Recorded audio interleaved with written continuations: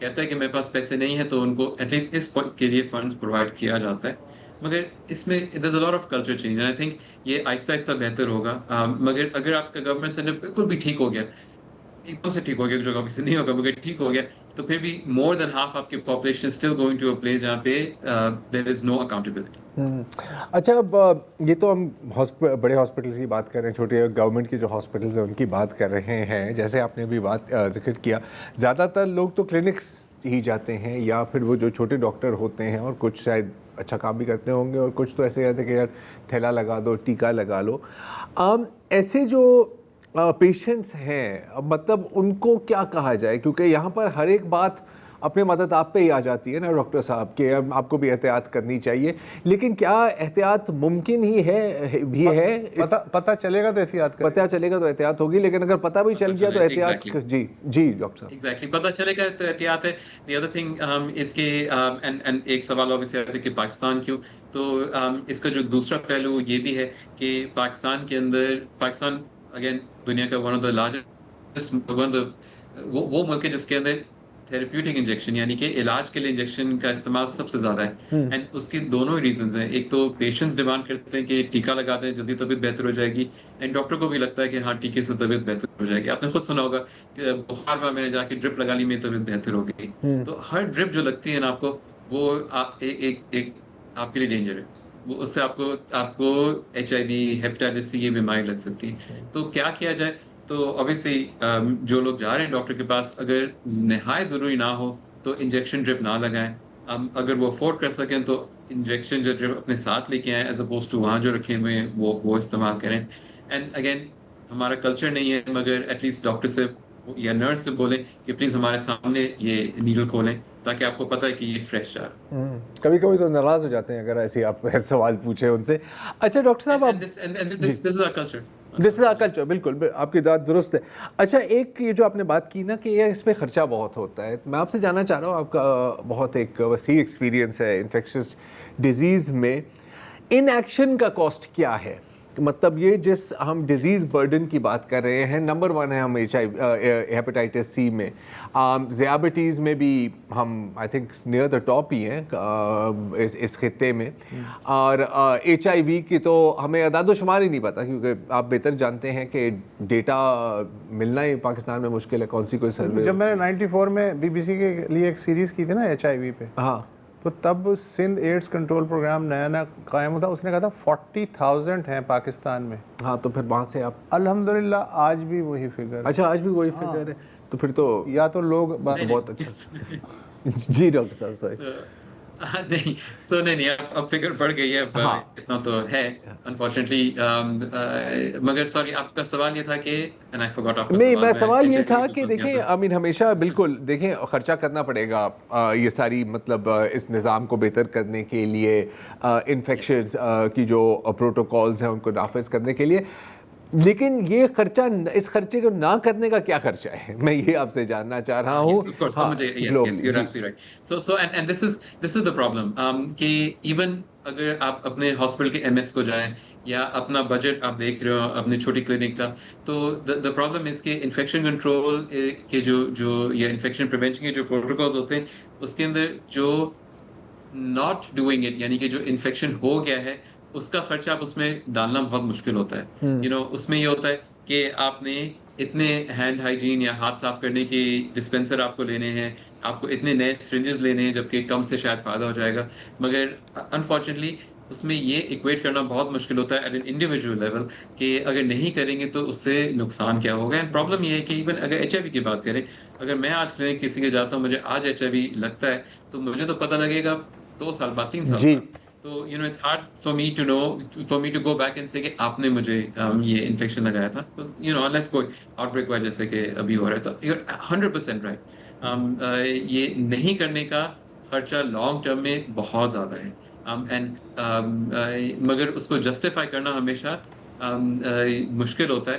I think اب تو مشکل نہیں ہونا چاہیے, بیکاز اتنے ہم نے کانسیکوینسز دیکھ لیے, اتنے ہم نے اس کے مسئلے مسائل دیکھ لیے, بٹ اس کو نمبرز میں لانا مشکل ہوتا ہے.